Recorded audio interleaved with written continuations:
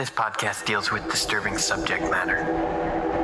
Listener discretion and headphones are advised. It's time to open the door to your mind.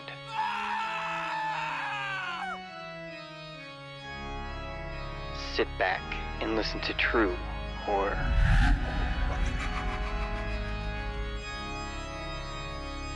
But be careful of what you allow in.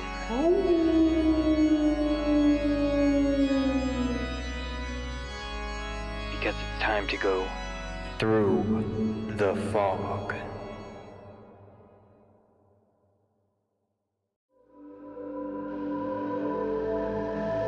I'm DarkHero, and this story is called Just Like You.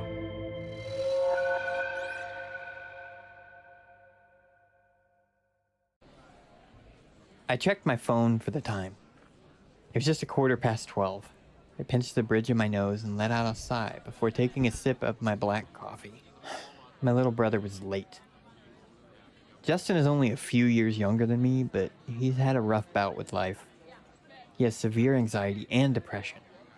It's so bad that even the smallest thing can send him into a panic attack. Things got a bit better after he moved out on his own, but just like everybody else, he's had his ups and downs. I usually check on him every other week, but it was a surprise when I got a text message from him last night asking me to meet up with him around noon today. So here I am, at a local coffee shop, waiting for my little brother who's just a little bit late. The bell attached to the front door chimed, and I looked over to see Justin, wearing dark jeans and a black hoodie, with the hood up. I stood up and he walked towards me with his head down. "Hey," he said under his breath. Jason opened his arms for a hug as I held my hand out for a handshake.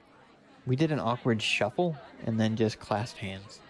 We sat down at the table and a barista came over to check on us. "Hey man, do you want anything?" I offered. He just shook his head no. We sat there for a moment. The bell on the door chiming as other patrons came in and out of the coffee shop filled the space between us. Justin finally broke the silence. "So, I just really need your help." I examined his face. Dark bags were hanging under his eyes. It looked like he wasn't getting any sleep and much less anything to eat. Yeah, of course. What's going on?" I asked. He kept his eyes downcast. It always made me sad to think that even though we're family, it was still uncomfortable for him to look me in the eye. "There's this treatment I wanted to try out," he explained. "The doctor says that it's a 100% guarantee that it will turn my life around." Justin proceeded to show me a small bifold brochure. "I've already called and set up an appointment. He recommends a simple surgery and a meal plan afterwards, but he guarantees that I'll be happy," he explained with tears welling up in his eyes. I looked the brochure up and down. So you need money?" "I don't know, bro. This seems like a scam or something," I responded. He slammed a fist onto the table. "No! I need this!" Justin spoke in anger. My brother's usually so meek. This outburst took me by surprise. "Justin, have you been taking your meds?" I asked. The words escaped my mouth, and I instantly regretted what I said. He was about to get up to leave, but I grabbed his wrist. Hold on. Wait. Sorry. That was a dick move from me." I gestured for him to sit back down, and he did. I sighed. "I'll do anything you want, but what's going on?" Justin took a deep breath. "I just want to be happy. I'm tired of waking up in the morning and feeling like shit. I'm tired of looking into a mirror and feeling even shittier. I just want to be like you." He wiped some tears away from his eyes. "You're perfect. Amazing office job, amazing looks, amazing house, amazing everything." I winced at what he said.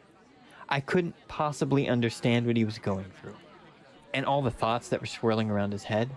"Fine. I'll help. Just, what do you need from me?"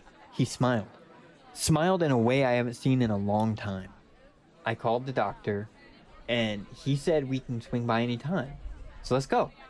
He quickly got up from his seat and headed towards the exit. I followed suit. Wait, you mean right now? I suggested driving to the doctor's office. I was gonna input the address on my phone, but Justin said he would guide me there. It was only a few minutes drive to the office, and we found ourselves in front of an old shopping plaza. There were no signs indicating that anything was open, or at the very least had any functioning businesses at all. I checked my phone. It was almost 2 p.m. Justin exited the car, assuring me that he knew where he was going. I reluctantly followed him as he was walking up to one of the seemingly vacant spaces. Sure enough, he opened the door and stepped inside. That made me a bit more comfortable, I suppose. So I entered. I realized, as soon as I opened the door, that without a doubt, this was a vacant space. I called out to Justin. Justin! But before I knew it, I felt a needle prick into my neck. Then, darkness. As soon as I woke up, I was in immense pain. I screamed with every ounce of my being, writhing. The air itself was painful to me. I couldn't move my arms or legs. I looked around to see what I'd been shackled to. A wall. The room that I was in was dark, but illuminated with dozens of candles. Then I noticed. At first, I thought I was covered in blood. But no. The reason I was in so much unimaginable pain was because I had no skin on me. I began to vomit, and I heard my brother shushing me. Shh. In front of me was... It was Justin. I recognized his voice, but he was wearing my skin. Don't worry. It'll all be over soon. He spoke under his breath. He was holding a book that was pitch black. Shh. No more crying. You'll be helping me so much. I began to cry, my tears stinging the exposed meat on my cheeks. With the ritual complete, I'll finally become happy. Aren't you glad?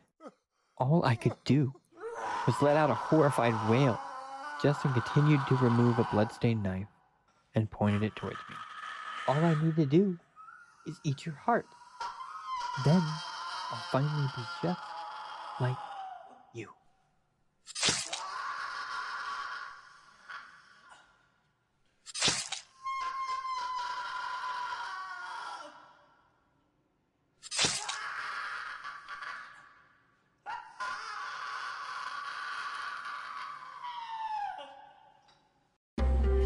Through the Fog is recorded and edited by Intro and outro by Katie Kemp.